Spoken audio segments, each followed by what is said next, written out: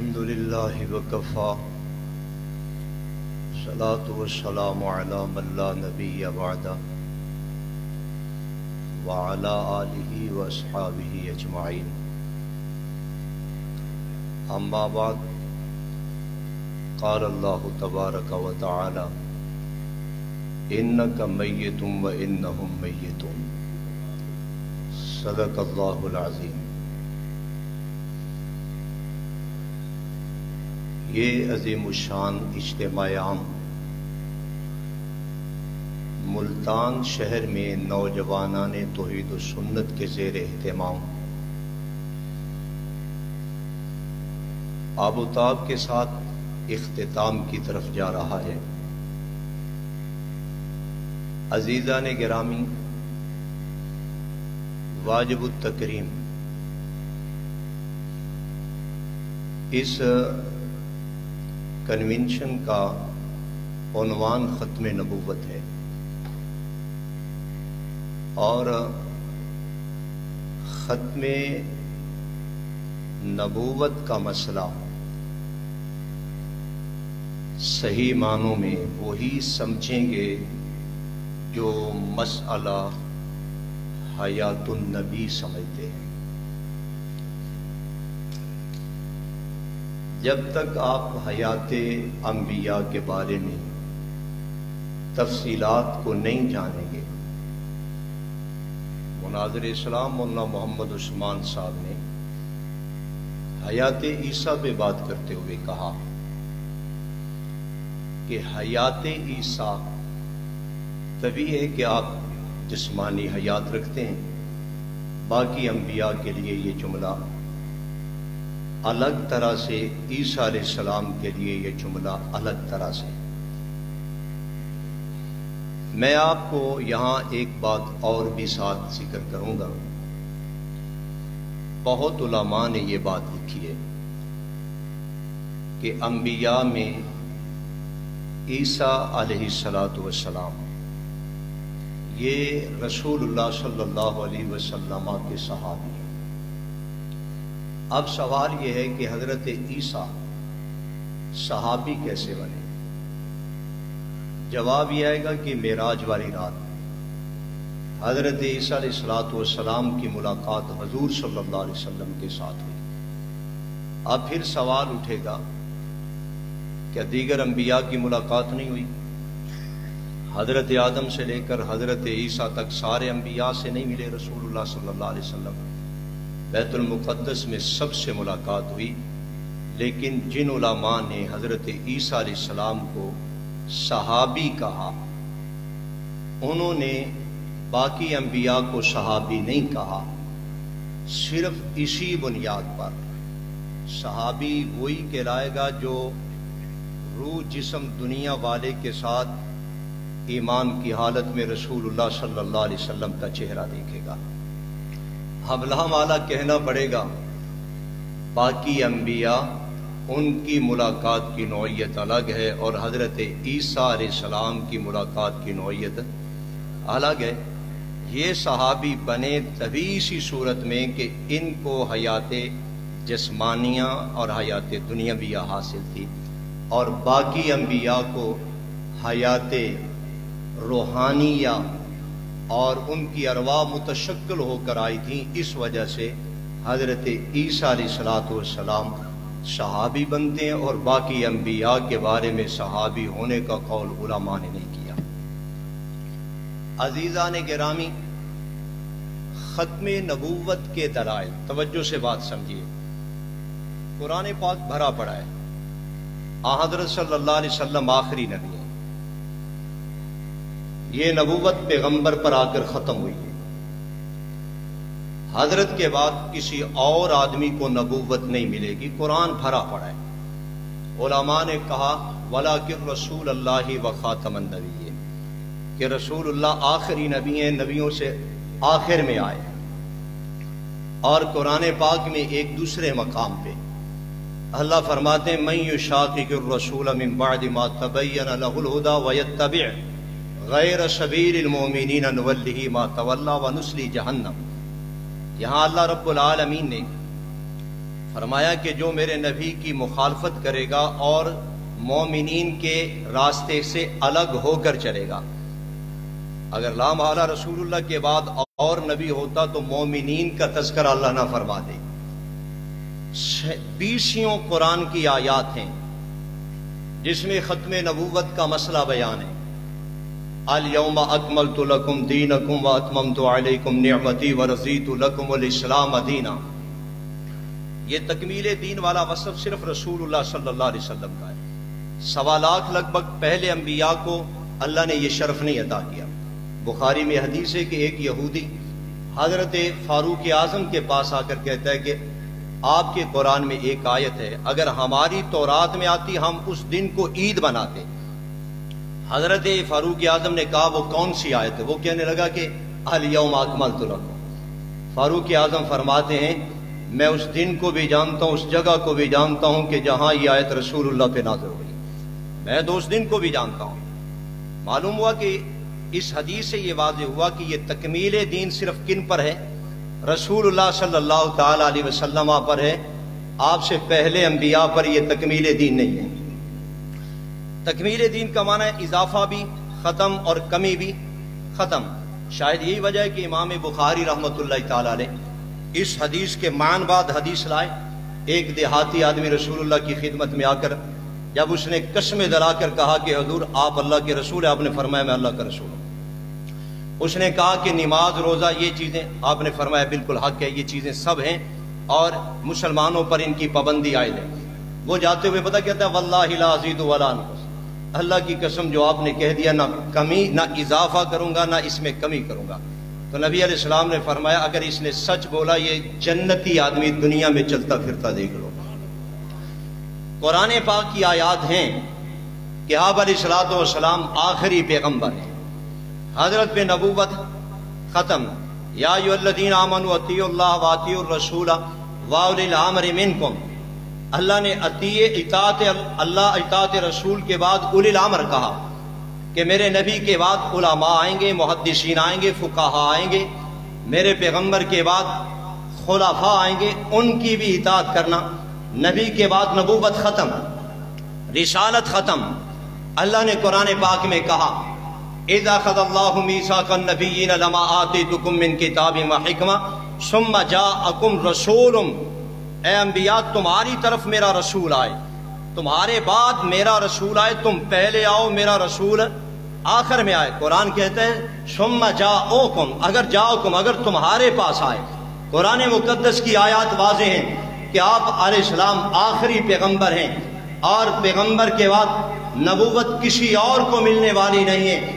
اللہ قرآن پاک میں کہتے ہیں ما ارسلناک الا رحمۃ للعالمین، میرا نبی تو رحمت للعالمین ہے، سارے جہانوں کے لیے رحمت الرسول بن کر آپ تشریف لائے ہیں۔ الحمدللہ رب العالمین، میں جہانوں کا رب، تو جہانوں کا لیے رحمت ہے۔ میرے لیے میرے ساتھ ربوبیت ختم، تیرے ساتھ رحمت اور رسالت ختم ہے۔ اللہ نے کہا ان هو الا ذکر للعالمین، میرا پیغمبر سارے عالمین کے لیے نصیحت اور واعظ بن کر آئے ہیں۔ اللہ نے کہا تبارک الذی نزل الفرقان علی عبدہ لیکون للعالمین نذیرا، کہ میرا پیغمبر عالمین کے لیے نذیر بن کر آیا۔ یہ قرآن مقدس کی 20 آیات ہیں جو پاک پیغمبر علیہ السلام کی ختم نبوت کو بیان کرتی ہیں، اور سینکڑوں حدیثیں جو پیغمبر کی ختم نبوت کو بیان کرتی ہیں۔ کہیں پیغمبر نے کہا لا نبی بعدی، میرے بعد نبی کوئی نہیں آئے گا، کہیں کہا ذہبت النبوہ، اللہ نے نبوت کو ختم کر دیا، کہیں کہا ان الرسالۃ والنبوہ قطع فقد قطع، نبوت اور رسالت ختم ہو گئی، لا نبی بعدی، میرے بعد کوئی نبی نہیں آئے گا۔ قرآن بھی کہتا ہے کہ نبوت ختم ہے، اور حدیث بھی کہتی ہے کہ نبوت ختم ہے، اصحاب پیغمبر بھی کہتے ہیں کہ نبوت ختم ہے، سارے صحابہ اس بات پر متفق ہیں۔ آپ قرآن پاک کے بعد احادیث کو ٹٹول ماریے، اشعار صحابہ کو دیکھیے، تمہیں اشعار صحابہ نظر آئیں گے۔ ابو بکر صدیق نے کہا لا نبی بعدہ، حضرت عمر نے کہا لا رسالت بعدہ، حضرت عثمان نے کہا لا نبی بعدہ، حضرت عثمان سے، حضرت علی سے، حضرت ابو ہریرہ، حضرت ابن مسعود ابن زبیر، حضرت عبداللہ ابن عمر، حضرت انس ابن مالک، حضرت ابو سعید خدری اور حضرت بلال حبشی، اور تمام صحابہ کا یہ نظریہ، اور صحابہ سے آگے نکل جائیں تمام ائمہ مجتہدین کا یہ نظریہ، امام اعظم کا، امام شافعی کا، امام مالک کا، احمد بن حنبل کا، محدثین کی طرف آئیے۔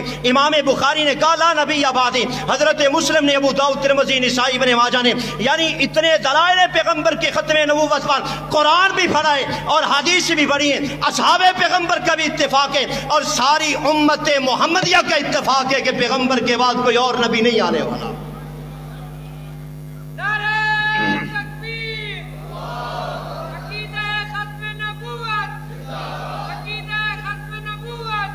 اچھا یہ بتائیے، جب یہ دلائل قرآن پاک کے ہیں، 20 آیات قرآن پاک، سینکڑوں حدیث مصطفیٰ، اصحاب پیغمبر اکٹھے ہیں، سارے علماء جمع ہیں، تو ختم نبوت کے مسئلے کو بیان کرنے کے لیے کسی اور تعویل کی ضرورت نہیں۔ ہم اپنے مسلک کو پہچان کروانے کے لیے یہ کہیں کہ ختم نبوت کی پہچان یہ مثلا، ایک صاحب سے میری بات ہوئی تو پتہ کیا کہنے لگا جی ہمارا عقیدہ ہے کہ رسول اللہ ہر جگہ موجود ہے، ہر جگہ حاضر ہے۔ میں نے کہا کیوں؟ کہنے لگا کہ اگر ہر جگہ حاضر ناظر نہ مانے تو ختم نبوت کا انکار پڑتا ہے۔ میں نے کہا وہ کس طرح؟ کہنے لگا کہ اگر ہم یہ کہیں نبی موجود نہیں تو لوگ کہیں گے کہ نبوت تو پھر ختم ہو گئی، پیغمبر کی نبوت تو ختم ہو گئی۔ ہم نے کہا کہ نبوت موجود ہے، حاضر بھی ہے، ناظر بھی ہے۔ اب پوچھنے والا پوچھے گا، کہیں گے کہ کسی اور نبی کی ضرورت نہیں ہے، نبی حاضر بھی اور نبی ناظر بھی۔ میرا عزیز، جب قرآن کہتا ہے ختم نبوت کے یہ دلائل، جب حدیث کہتی ہیں کہ ختم نبوت کے یہ دلائل، اس طرح کی بات کرو گے، مرزائیوں کو اور کافروں کو شیر بناؤ گے کہ جی حاضر ناظر مانو تو تبھی ختم نبوت ہے، اگر حاضر ناظر نہ مانو ختم نبوت نہیں بنتی۔ میں نے کہا اگر یہی عقیدہ حاضر ناظر ہے تو ختم نبوت، حاضر ناظر نہیں ہے تو ختم نبوت نہیں ہے، پھر ہمارا بھی سوال ہے کہ تم مکی زندگی کی تعریف کرو، مدنی زندگی کی تعریف کرو کہ پیغمبر اگر مکہ میں ہے، مدینہ طیبہ میں نہیں ہے، تو پھر مدینہ والوں میں حاضر نہیں ناظر بھی نہیں، تو کیا ختم نبوت مدینہ والوں کے لیے کوئی نہیں ہے؟ اگر نبی وہاں مدینہ میں ہے تو کیا مکے والوں کے لیے ختم نبوت ختم ہو گئی؟ اگر پیغمبر دنیا میں نہیں ہے، مثلا معراج کے لیے آسمانوں پہ چلے گئے، تو پھر یہ ختم نبوت دنیا میں ختم ہو گئی؟ میرا بھائی یہ عقیدہ تیرا تو یہ بھی نظریہ ہے کہ پیغمبر پہلے سے حاضر ناظر اور عالم الغیب ہیں، اور ختم نبوت کا مسئلہ تو ایک ایسا اہم مسئلہ ہے صرف اس امت محمدیہ کے لیے نہیں ہے بلکہ تمام امتوں کے لیے۔ قرآن نے کہا اذا اخذ اللہ میثاق النبیین لما آتیتکم من کتاب و حکمہ، پہلے نبیوں کو بھی ہم نے یہ کہا تھا کہ وہ میرا نبی آخری نبی ہے، امتوں کو بھی اعلان کرو کہ وہ آخری نبی ہے، تم بھی نظریہ رکھو کہ وہ آخری نبی ہے۔ حضرت نوح کو بھی یہ کہا اور دیگر انبیاء کو بھی یہ بات کہہ دی۔ تو میرا عزیز، ختم نبوت تو ہر کسی کے لیے تھا، ہر کسی کے لیے ماننا لازم تھا، اور اللہ قرآن پاک میں کہتا ہے ذالک من انباء الغیب نوحیہ الیک ما کنت لدیہم اذ یختصمون۔ اے میرا پیغمبر، جب حضرت مریم صدیقہ کے لیے کفالت کا مسئلہ چل رہا تھا اور لوگ وہاں پر اپنی کلمے دریا میں پھینک رہے تھے، حضرت سیدنا زکریا بھی میدان میں اترے۔ میرا پیغمبر، یہ غیب کی وہ خبر ہے کہ ما کنت لدیہم اذ یختصمون، جس وقت وہ جھگڑ رہے تھے آپ ان کے پاس موجود نہیں تھے، پیغمبر تو وہاں موجود نہیں تھے، اور ختم نبوت تو ان کے لیے بھی لازم تھا۔ اللہ کہتا ہے ذالک من انباء الغیب نوحی الیک ما کنت لدیہم اذ اجمعوا۔ اے میرا پیغمبر، جب یوسف کے بھائی اکٹھے ہو کر حضرت یوسف کے خلاف پلان کے تیار کر رہے تھے، ان کے خلاف سازشیں تیار کر رہے تھے، میرا نبی آپ اس وقت وہاں موجود نہیں تھے۔ اور حضرت یعقوب کے زمانہ میں بھی نظریہ یہی تھا کہ محمد الرسول اللہ خاتم النبیین ہوں گے۔ حضرت یعقوب کے لیے ماننا، یوسف کے لیے ماننا، ان کی امتوں کے لیے ماننا، یہی عقیدہ تھا۔ اور اللہ قرآن پاک میں کہتا ہے تلک من انباء الغیب نوحی الیک ما کنت لدیہم، اے میرا ما کنت تعلم انت ولا قومک۔ اے میرا پیغمبر، جب حضرت نوح کا مسئلہ آیا، نوح علیہ السلام کشتی میں سوار ہوئے اور نوح علیہ السلام کی کشتی میں کون بچا کون باہر ہو کر غرق کر دیا، اے میرا پیغمبر آپ اس وقت موجود نہیں تھے۔ ما کنت بجانب الغربی اذ الی موسیٰ الامر، حضرت موسیٰ میرے پاس کوئی طور پہ تشریف لائے، آپ اس وقت وہاں پہ موجود نہیں تھے۔ اگر تم یہ کہو گے کہ ختم نبوت کے لیے حاضر ناظر ہونا یہ نظریہ رکھو گے تو ختم نبوت ہے۔ میں کہتا ہوں ختم نبوت کے لیے قرآن کافی ہے، اللہ کے نبی کی حدیث کافی ہے، ختم نبوت کے لیے صحابہ پیغمبر کا اجماع کافی ہے، ختم نبوت کے لیے ساری امت کا اتفاق کافی ہے۔ یہ عقیدہ رکھنے سے تو کافروں کو دلائل ملیں گے، ہم اپنے نوجوانان توحید و سنت کا یہی نظریہ ہے جو رب کے قرآن میں اور سنت نبی میں ہے وہی ہمارا عقیدہ، اس کے علاوہ ہم ماننے کے لیے کوئی تیار نہیں ہے۔ یہ ہمارا عقیدہ ہے۔ آپ حیران ہو جائیں گے، ایک بات اور کہنے لگا ہوں۔ ایک اور صاحب سے میری بات ہوئی، کہنے لگا جی اشاعت توحید والے ختم نبوت کے منکر۔ میں نے کہا کیسے؟ کہتا ہے یہ رسول اللہ علیہ السلام کے بارے میں کہتے ہیں کہ یہ قبر میں حیات نہیں ہے، یہ دنیا کی حیات کے ساتھ متصف نہیں مانتے، نبی علیہ الصلوۃ والسلام کو حیات جسمانیہ سے نہیں تعبیر کرتے۔ میں نے کہا یہ ختم نبوت انکار کیسے بن گیا؟ کہنے لگا اس وجہ سے امام الانبیاء صلی اللہ تعالی علیہ وسلم کی حیات کے ساتھ تین چیزیں وابستہ ہیں، مسئلہ ختم نبوت، اور مسئلہ ترکے کا، اور تیسرا مسئلہ حضرت کی ازواج کے ساتھ نکاح کرنے کا۔